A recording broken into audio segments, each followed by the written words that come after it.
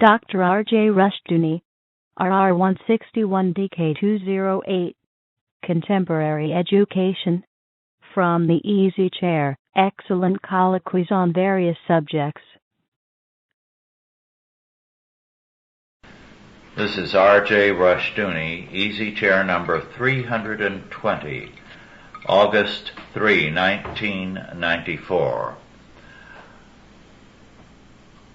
Douglas Murray, Otto Scott, Mark Rushdoony, and I will continue now discussing education with Sam Blumenfeld of our staff. Sam, would you give us the essence of what you want us to consider in this hour? Well, there's several things. First, I just wanted to provide a little more information about the outcome-based education program. Very good, yes. Which was developed by Benjamin Bloom and his colleagues at the University of Chicago, to prove to you that what outcome-based education is really the creation of or transforming the public school into a humanist parochial school. Mm-hmm. And it's based on the outcomes are based on a book entitled The Taxonomy of Educational Objectives. In other words, they decided, now what are the objectives that we want the children to aim for, and they put it in a book called The Taxonomy of Educational Objectives. And in that book, Professor Bloom says, effective objectives vary from simple attention to selected phenomenon to complex but internally consistent qualities of character and conscience. We found a large number of such objectives in the literature expressed as interests, attitudes, appreciations, values, and emotional sets and biases. He states, the taxonomy is not completely neutral. This stems from the already noted fact that it is a classification of intended behavior. By educational objectives, we mean explicit formulations of the ways in which students are expected to be changed by the educative process. That is, the ways in which they will change in their thinking, their feelings, and their actions. He was very concerned about the age factor, that the older a child was, the more difficult it was to change them. And so he was concerned about getting these children as early as possible. And he says, quote, the evidence points out convincingly to the fact that age is a factor operating against attempts to effect a complete or thoroughgoing reorganization of attitudes and values. You hear that? A complete or thoroughgoing reorganization of attitudes and values. Now, Rush, I'm sure that when you and I went to school, our teachers were not interested in reorganizing our attitudes or values. They were interested in teaching us. They wanted to add to what we brought to the school. He goes on to say, the evidence collected thus far suggests that a single hour of classroom activity under certain conditions may bring about a major reorganization in cognitive as well as affective behaviors. We are of the opinion that this will prove to be a most fruitful area of research in connection with the affective domain. Unquote. Now, of course, the affective domain is that part of the curriculum devoted to feelings and beliefs and morality and values, etc. So the main thrust in education today, the main emphasis, is on reorganizing the values, beliefs, and attitudes of the students. These are These are polite terms for mind control, indoctrination. Of course. This is and Benjamin Bloom is the godfather of OBE. So I just wanted to bring that up so that the listener would understand that we're dealing with something really diabolical.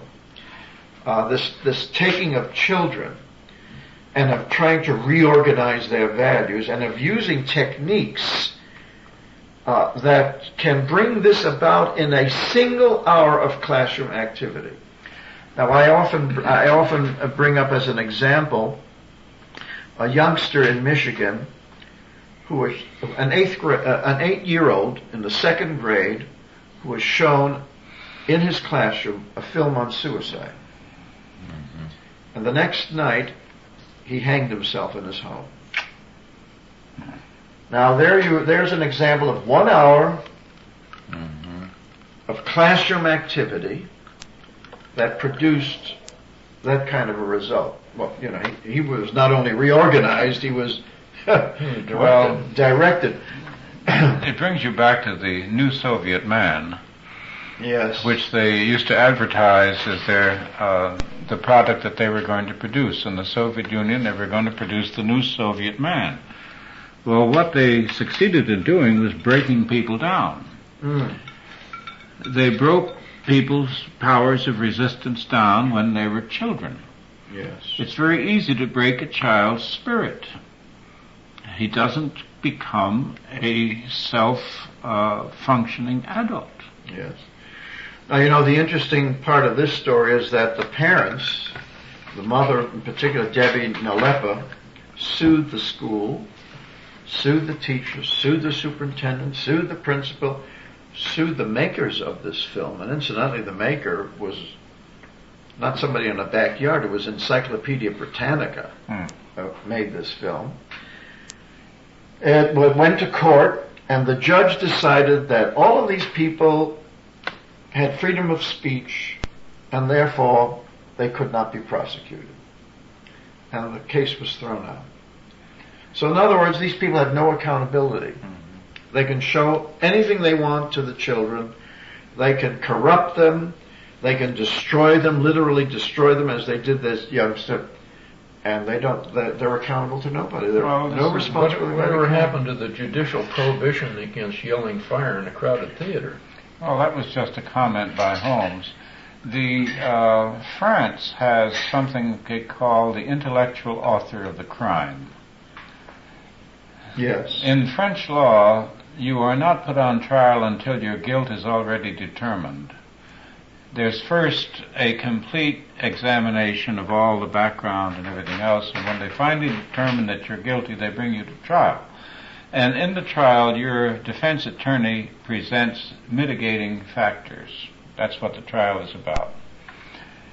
If your wife insisted that she had to have a mink coat, and you finally went out and broke into a store and stole the mink coat and gave it to her, well, then she would be the intellectual author of the crime, and there would be some consideration given to that situation and to what to do about her. So in this case, the American judge that you're talking about denied that there is any concatenation, there's any connection between what you're taught and what you do. Right, exactly. Which is to throw out all the results of everyone's thinking throughout the history of the world. Well, this has been going on now, throughout, certainly in America and probably in other parts of the Western world by now. Has anyone drawn any parallels between the specific sophisticated techniques that this man is talking about and the brainwashing that was used during the Korean War? Well, I'm sure that some of us have drawn parallels. It's obviously methodology that's based on Pavlovian conditioning. One of the reasons he was a Skinnerian and a Pavlovian. One of the reasons they were able to do that in the Korean War was because our soldiers were ignorant. And they could not defend this culture or this country. They didn't know how to. That's right. They didn't know how to. And you meet a lot of people who cannot defend their own culture because they have not been taught how to defend it or that it's even defensible. Well, the question has never arisen for them.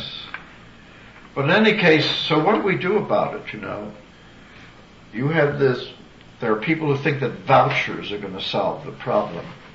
And I came to the conclusion some years ago that vouchers would only bring the government into the private sector because... it would kill the private school. Yeah, once you accepted... but now here in California you had quite a referendum. Now were the Christians for the vouchers or against? Most of them were, I'm sorry to say. Too many were. Some prominent Christian leaders in California were vehemently in favor of it. Protestants, and of course almost all the Catholic leaders. What they refuse to face up to is the fact that the courts have uniformly held that even though an act may exempt an organization or a school from controls, if federal funds go somewhere, controls must follow. If state funds, county funds, funds from any governmental source require statist controls. Well, they have to account for the money they hand out. That's right. And how you behaved with it. Yes. It's a self-evident sort of thing. And the Christians don't understand this? I think they are simply unwilling to put the money out, to put their money where their mouth is. They want somebody else to do it for them. They want an easy way. Yeah. It's the same mentality that you have in gamblers. Yes. Something for nothing. Well, they have this illusion that the government is going to pay them to be free. Well, there's a lot of people who think that the government wants them to be smart and wants to educate them. Yes. Now, obviously, if you were educated, if we had an educated country, our government would be changed tomorrow afternoon. Sure.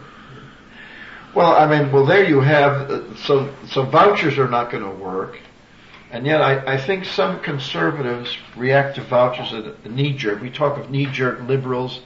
They're a knee-jerk conservatives. Yes. You say the word voucher, and they say, I'm for it. Yes, vouchers, you see. And there are a lot of very high conservative leaders like Bill Bennett and so-called conservatives who promote vouchers as being the solution to the problem. Well, and you wonder when they're going to change their mind. You wonder when they're going to realize that what they're advocating is self-destruction. Yes. Well, they were just running to get ahead of the parade. Yeah. It was a popular motion, and the Wall Street Journal was in favor of it. Mm-hmm. A paper who's sometimes intelligent and many times not. All right, well, we know that vouchers are not going to solve the problem. What about conservatives and Christians running for school boards? How do you feel about that, Rush? I have no objection if they want to, but they cannot accomplish much. For the simple reason that year after year, their power to affect anything is limited, more and more. If they take an aggressive step, they can be replaced immediately. There are ways of eliminating them. It isn't worth the effort and the aggravation. Yes, I would agree with you there. You're probably aware of that case in Vista, California, down in the San Diego area, where a group of conservatives were elected to the school board, and they wanted to get creationism in the schools. And of course that created an incredible fracas in the community. The humanists rallied and created quite a brouhaha. And now what the humanists are doing with the help of the NEA is they have initiated a recall movement.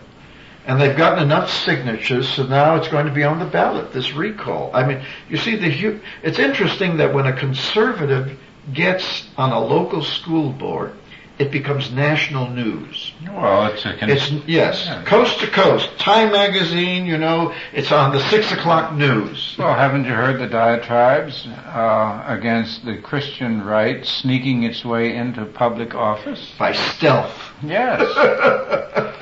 There's something very dirty about this. Yes.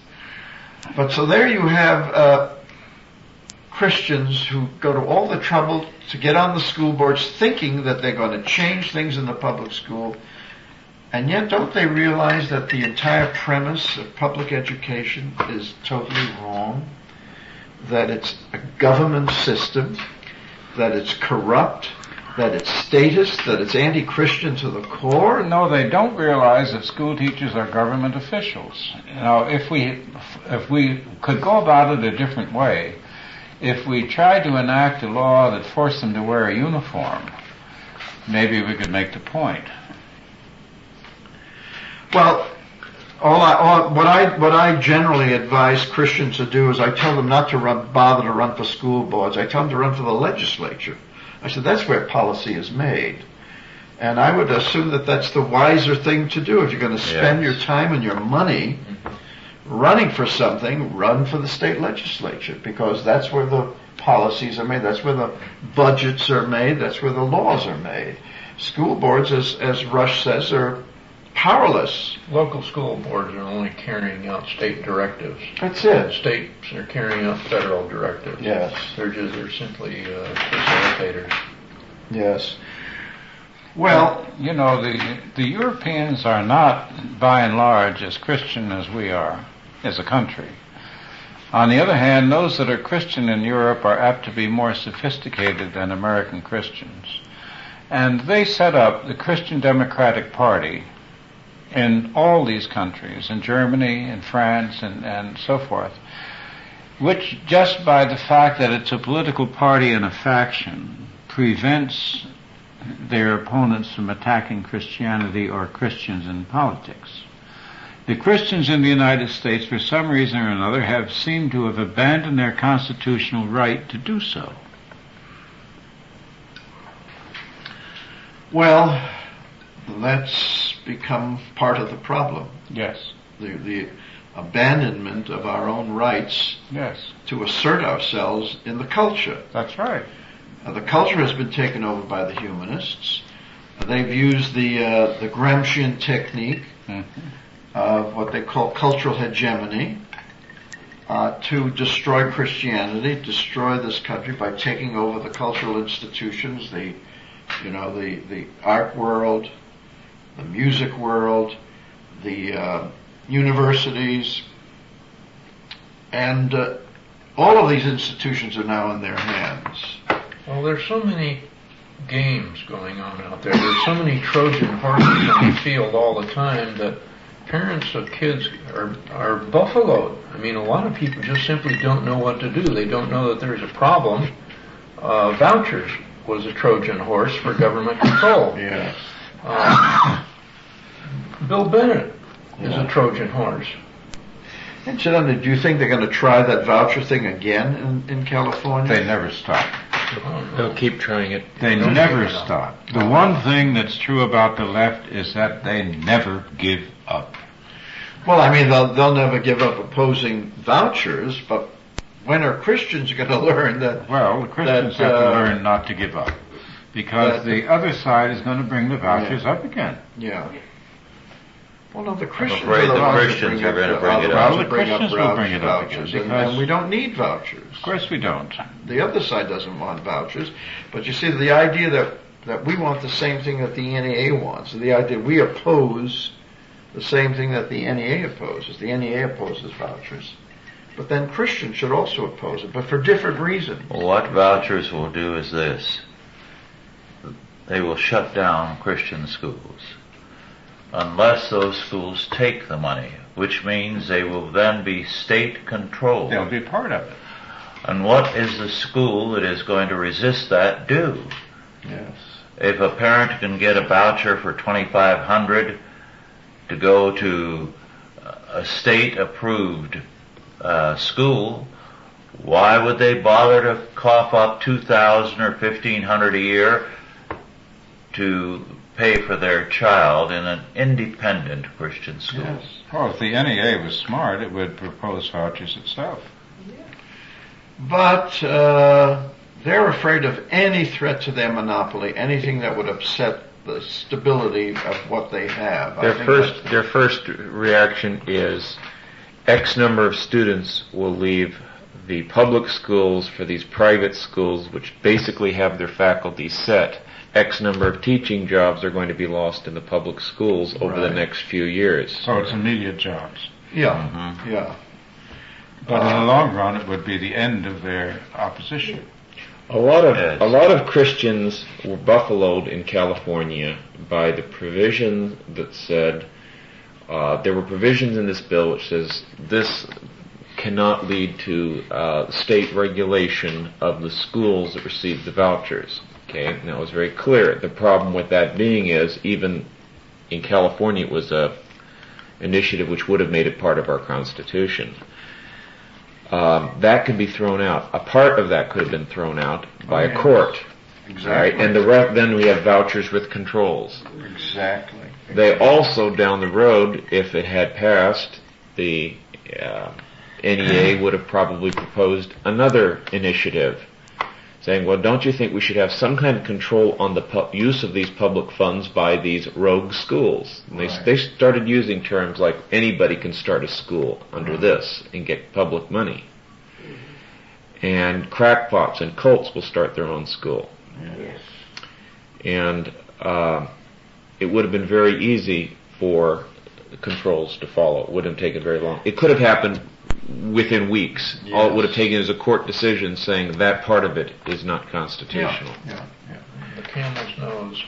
Yes. And Christians didn't really want to hear that.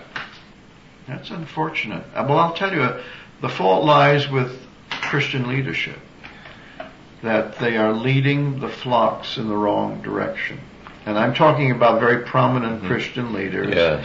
whose names I will not mention on this program, but I think we all know who they are. Well, I mean, the clergy really doesn't talk about the community. The clergy talks about the faith, and it forgets the community in its sermons. Yes. But as far as the Catholic schools are concerned, they have from the very beginning wanted state support. As a matter of fact... Oh, they want money no matter where it comes from. If Lucifer set up a trust, they would be in line. Because back in the early days of public education, the Catholics fought very hard to have publicly funded Catholic schools, and when the communities would not have it, and for one very good reason, they said, well, if the Catholics get publicly funded schools, then the Baptists will want them, the Presbyterians, and everybody else. And they said, we can't have that, so we're going to have no public funding of sectarian schools. The result was that the Catholics did the intelligent thing. Set up their own. They set up their own system, which was very successful, extremely effective. They produced highly educated people, and did a wonderful job until about 20 or 30 years ago when began. Well, they were taken over. Vatican Council. Was the Vatican too? After the Vatican Council, the secularization of the Church was very rapidly put into effect. There were years when as many as 300 Catholic schools a year were being shut down. One of the things the Vatican Council did was to, in effect, debunk much of the faith. So a great many people stopped giving as they once had. And the American church was the backbone of the Roman Catholic Church worldwide, financial backbone. Sadly, the Vatican did not have much respect for the American Catholics. It was a bad situation. The American Catholics, prior to about 1960, made the entire worldwide Catholic Church successful. They financed it. They had the zeal. And with Vatican II, it was really a kick in the teeth. The European Catholics didn't react as much. They were cradle Catholics. They didn't care much as long as the tradition was maintained. But there was an intense faith here in this country. And over the years, beginning as a student, I heard Catholic scholars from Europe act as though the American Catholics were a bunch of yahoos, Well, that was a European attitude toward all of us. Yes. But they were so much dependent, these Catholics generally, on the American Catholic, and yet they treated the American Catholic with contempt. Mm-hmm. Well, that's quite interesting. But in any case, the Catholics did a wonderful job, and now it's all over. Mm-hmm. And they just want the money now. They're totally humanistic in their teaching. They're going whole language, the whole bit. They're not going to produce the highly educated Catholics that once were the pride of the Catholic system. If I may say a little more on that. The much maligned American Catholics made possible the worldwide work of the Catholic Church. The American Jews were treated also by European Jews as somehow beneath their dignity because they came of poor immigrant stock. But they were the ones that were financing things worldwide in Judaism and then in Israel. The American Protestants were financing a worldwide missionary program. They were essential to the cause of Protestantism all over the world. Again, they were despised by the Europeans. The Europeans, I think, will have much to answer for their very contemptuous treatment of their fellow religionists in this country. I'm not saying that American Catholics, Jews, and Protestants did not have their faults. But they put their money where their mouth was. They were ready to help their fellows the world over. They didn't look down their noses at anybody. And it's a great work they did, and the story of what American Christians and American Jews have done in the past 2 centuries is a remarkable story that has not been properly reported on or written up. Well, the United States was dynamic long after Europe ceased to be. Mm-hmm. Europe has been living off us industrially in terms of our research, things like that, since World War II. It's rebuilt basically on what the United States has invented industrially. And we do have a large and basically a healthy population, which is still, despite all the talk about our multiculturalism, is still 68% traditional. Yes. So most Americans are traditional Americans. And now there is reaction beginning. I take this business of 1 million homeschoolers very seriously. I think they're producing, they've all got more than one kid. Oh, yes. And so we're talking about a cadre of several million people Yes. that are going to be effective within the next decade. Yes. Some of them are already graduating from high school level and into the college level. So that plus the Christian schools, which are holding the fort, and not all the Christian schools are dissolving. Some of them are very good, are going to, I think, provide the sinews of resistance. Yes. Oh, there's no question in my mind that there's a good deal to be optimistic about. Mm-hmm. We didn't have them a decade ago. No, we didn't. This is a phenomenon that is so recent that we're just beginning to understand its implications. How long have you been on this task? Well, about 10 years. About 10 years. Yes. And when you started, it was a voice in the wilderness. Yes, but and the movement has grown so fast and with such strength that it's quite amazing. This is an amazing phenomenon because what it represents, certainly for the Christian, is a clean break with the statist humanist institutions. Right across the board. A complete break, you see. And the result has been, of course, the you might say, the reconstruction of the Christian family. I mean, that in itself, I believe that you cannot have Christian reconstruction without reconstructing the family. I think this thing is running about 80% Christian, 10% Jewish, and 10% sectarian. I wouldn't say that it's 10% Jewish. No? Much lower. Much less? Yes, much less. Mostly Christian. More than 80%? It's mainly a Christian movement. It's mainly a Christian but movement. But you do have humanists, believe it or not. Yeah. And hippies involved in the homeschool movement. Has any other country tried anything like this?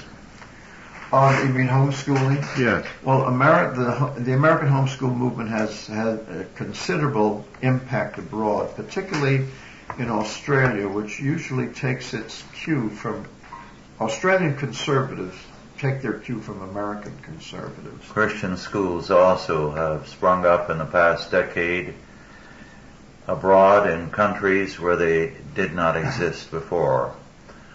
Dorothy was reminding me a few days ago, about a week ago, that in the 50s I wrote Intellectual Schizophrenia on the Christian school movement, and then Messianic Character, which came out in the early 60s.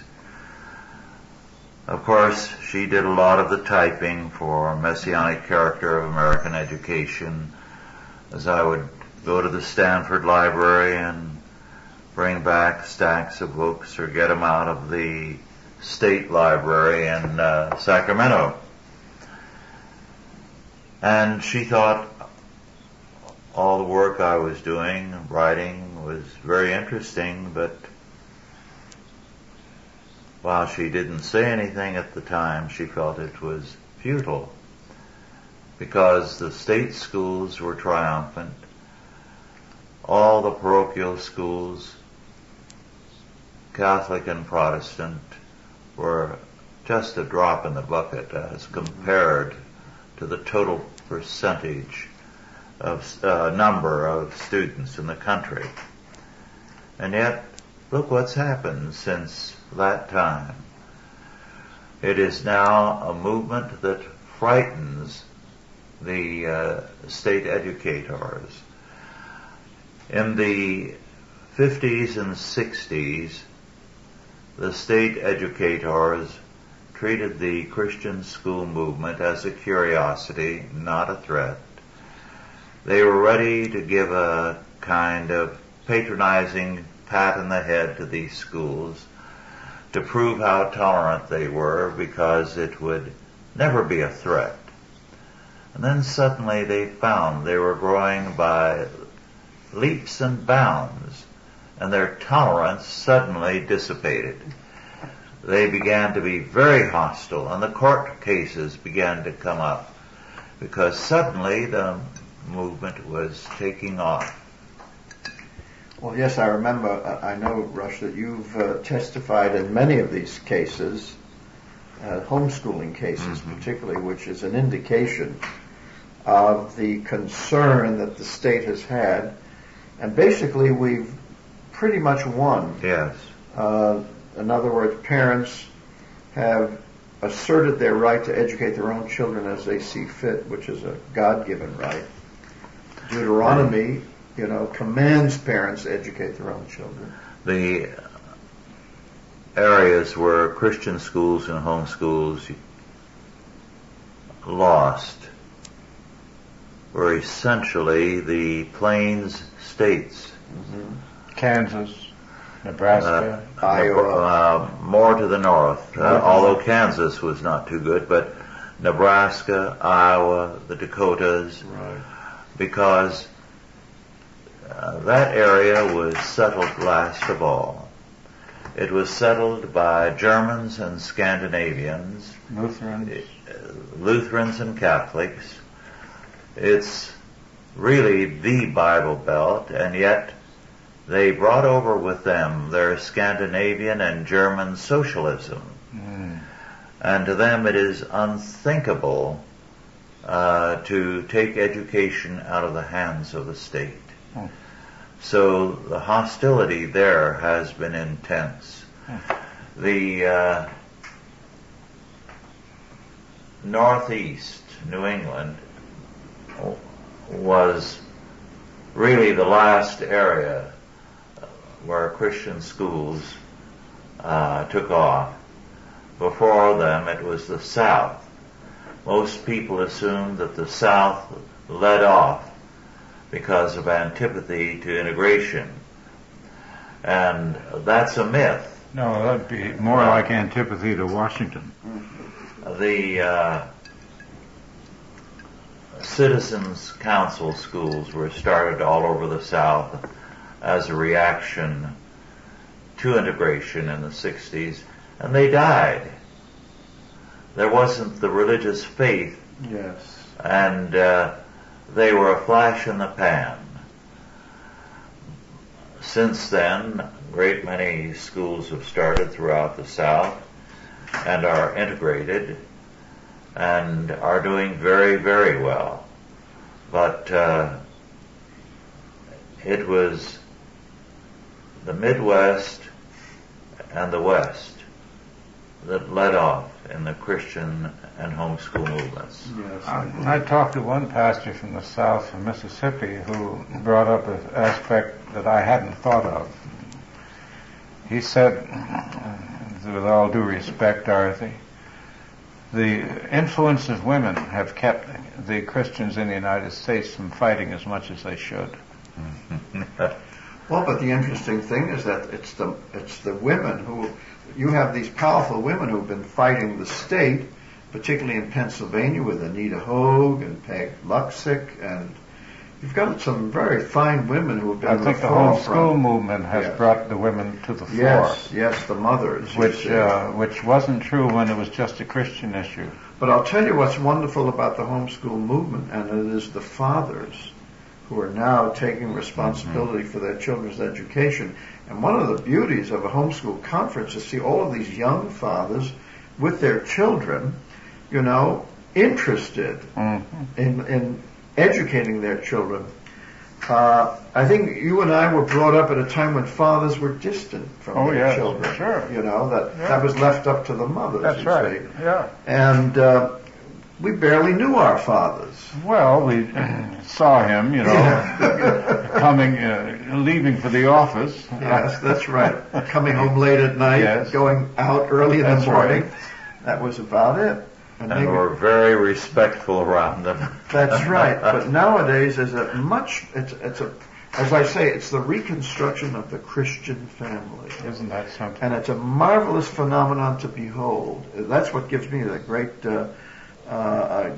sense of optimism, particularly when you're in a room with 2,000 of these people and a Christian speaker up there, and you see the response of the audience, and they're talking about things like hard money.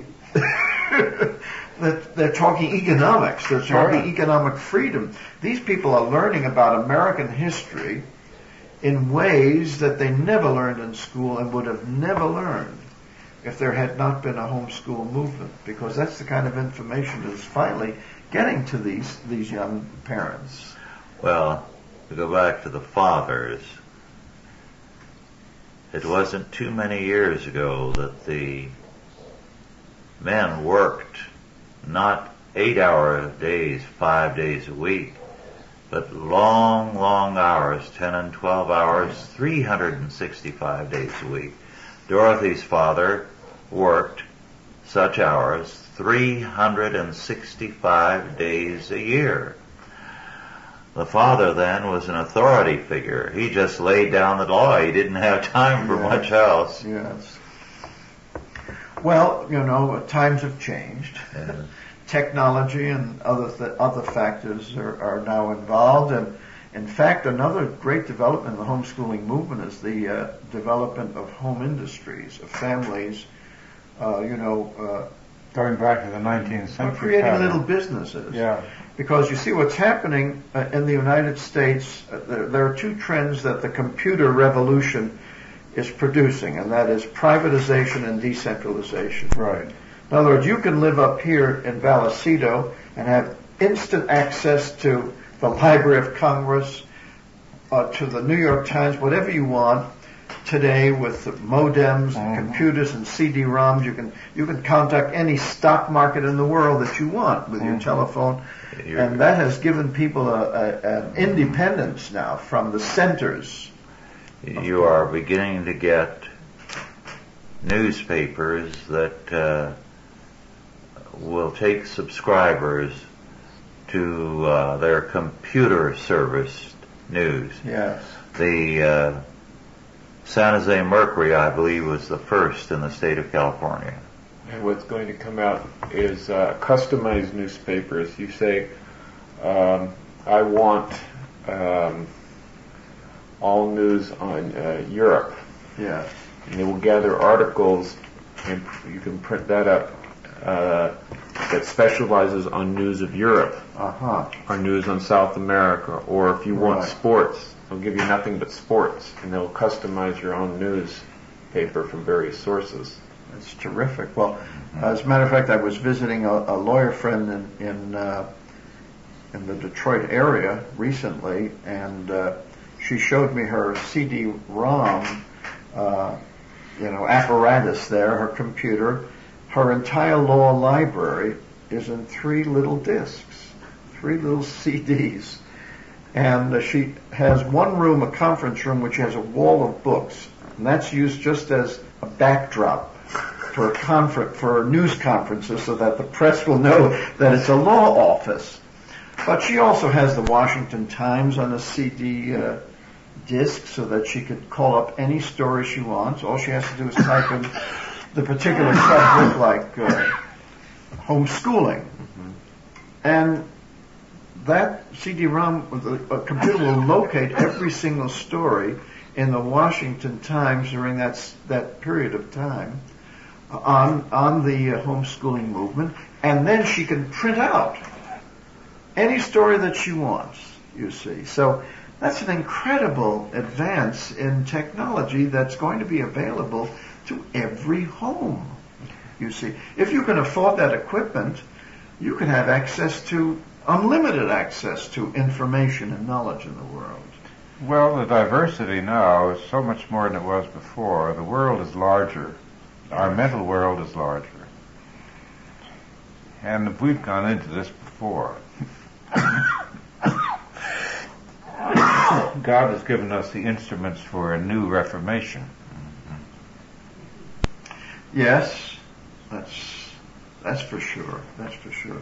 But so this technology has created this revolution of decentralization and privatization, and homeschoolers are taking advantage of it. So in a sense, they're on the cutting edge of all of the technological advance because they're making use of the cassettes and the videos and the modems and the computers, and they're far advanced than anything in the public schools. I mean, the public schools are an anachronism. They're obsolete, these big buildings full of kids. Military methods. Yes, and to give you an idea, there's an educator by the name of John Taylor Gatto. Have you heard of John Gatto, Rush? He was a teacher in the New York City schools for 26 years. He was awarded Teacher of the Year in 1991. And he has given up on teaching. He says the system is destroying the children. And let me just go over, he says, he gives a speech entitled The 7-Lesson School Teacher. And he describes the 7 lessons that are taught in all public schools by all teachers in America, whether they know it or not. And he says, the first lesson I teach is confusion. Everything I teach is out of context. I teach the unrelating of everything. I teach disconnections. The second lesson I teach is class position. The children are numbered so that if any get away, they can be returned to the right class. The third lesson I teach is indifference. When the bell rings, I insist they drop whatever it is we have been doing and proceed quickly to the next workstation. The fourth lesson I teach is emotional dependence. By stars and red checks, smiles and frowns, prizes, honors, and disgraces, I teach kids to surrender their will to the predestined chain of command. The fifth lesson I teach is intellectual dependency. It is the most important lesson that we must wait for other people better trained than ourselves to make the meanings of our lives. Only I, the teacher, can determine what my kids must study, or rather only people who pay me can make those decisions which I then enforce. The sixth lesson I teach is provisional self-esteem. The lesson of report cards and tests is that children should not trust themselves or their parents, but should instead rely on the evaluation of certified officials. The seventh lesson I teach is that one can't hide. I teach students they are always watched, that each is under constant surveillance by myself and my colleagues. The meaning of constant surveillance and denial of privacy is that no one can be trusted, that privacy is not legitimate. I don't think I agree with his outlook. If one were to follow him, you'd have to be an educational anarchist. Well, but he's saying as though that's what goes on in the schools today, and he doesn't agree with it. You know, he's left the system because of this, you see. What he's saying, though, now it may be true. I don't know what his remedy is. Whether he would want to have a kind of Summerhill type school. That's what it sounds like. Yes. Well, he's for, but the fellow Neil who had Summerhill was unusual, and apparently he worked well with some kids. But somebody went along to find out what happened to the graduates of his school, and they went nowhere. Yes. But the point is that he's saying that the public schools today are simply throttling the kids, and they're not learning, and they're being I wish they'd throttle them a little more, frankly. They need throttling. But not throttling for not being throttled for the right reasons, let's put it that way. All right. Not being throttled by the right reasons. All you have to do is to drive by a high school today, and you wonder, why doesn't someone do something? Aren't the parents ashamed when they see their children? We're talking about a lost generation. Yes.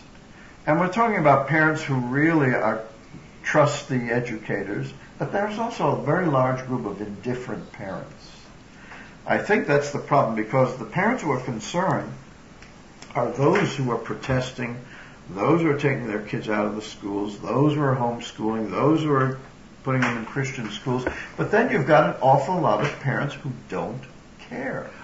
But I also believe, Sam, that we have a great many parents now who have simply given up because every time they turn around, they're threatened. Yes. Well, they have no authority. They have no authority. The students, their children will tell them, you try to do that and I'll tell the school counselor. I'll call the police. Yes. And they cannot wait for the children to get out of the house, because they're no longer their children, they're the children of the school. Yes. Incidentally, of course, all of this is going to get much worse, because now what the government is going to do is create this data collection system for the New World Order. Everyone in a public school now will be on the computer, and I was sent a handbook issued in 1974 by the National Center for Education Statistics on state educational records. And in this section on student-pupil accounting, they list the major categories of student information, such as a three-digit system is used to categorize the data. For example, personal identification, student number, race, sex, ethnic group. Then they have family and residence data. Then they have family economic information, family social cultural information, physical health, sensory and related conditions, student medical record, mental, psychological and proficiency test results and related student characteristics are in the data bank. All this data is to be collected and put in permanent data banks.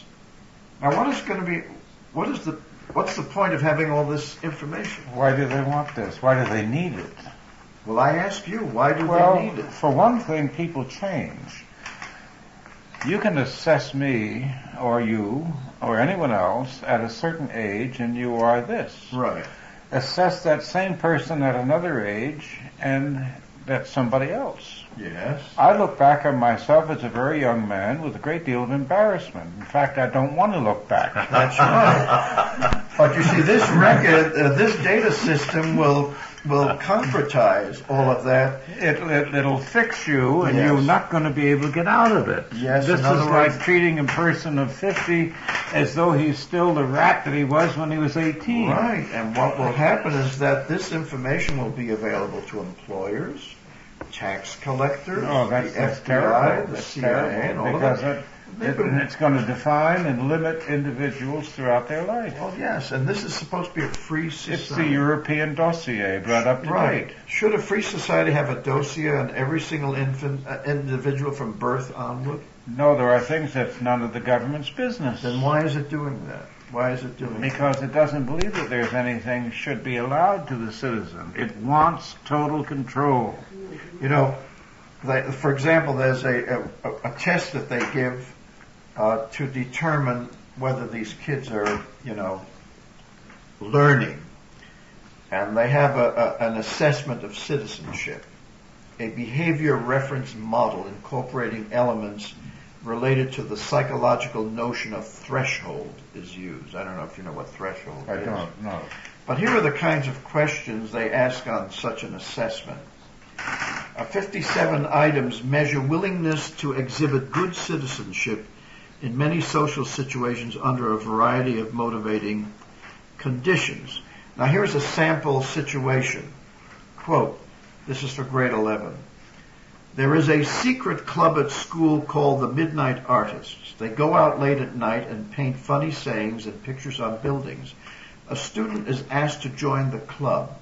In this situation, I would join the club when I knew 1, my best friend asked me to join. 2, most of the popular students were in the club. 3, my parents would ground me if they found out I joined. Now, what is the proper response? The response for each choice is yes, maybe, or no. Guess what the politically correct answer is? In the normed reference scoring, positive citizenship was scored as 2 yes, 1 maybe, 0 no. Negative, So you had to join. yes. Negative, in other words, 2 joining meant you were okay. Right. Good Yeah. citizenship because Right. you wanted to paint things on people's buildings. Yeah, you well, know. the main thing is that you're conforming, Well, you see to now, the group. right? even if the group's outlaw. It's interesting that not too long ago in San Francisco, a school teacher, an art teacher, was caught leading a group of students in graffiti painting. Well, they probably were, passing this test. Right. Right. Well, a Christian student would have had a very difficult time responding to the situation posed in the test. First of all, he or she would not have wanted to join a secret club. A good Christian youngster would not join a secret club or stay out late at night or paint pictures on private property. The situation as posed in the test represents the psychologist's view that honesty and integrity are situational. But that would not be the case with a Christian. If 0 yes, 1 maybe, and 2 no equal negative citizenship, what would a 3 no score mean? Well, what would somebody like me be? I refused to join a gang when I was a boy because I despised the kids that got in the gang. Well, then you see, you would not pass this test. You would be considered a poor citizen. Right, yes. Well, this is the kind of thing that's going in that sort on in of a this country. society, yes, of course. I'd have to lead the revolution.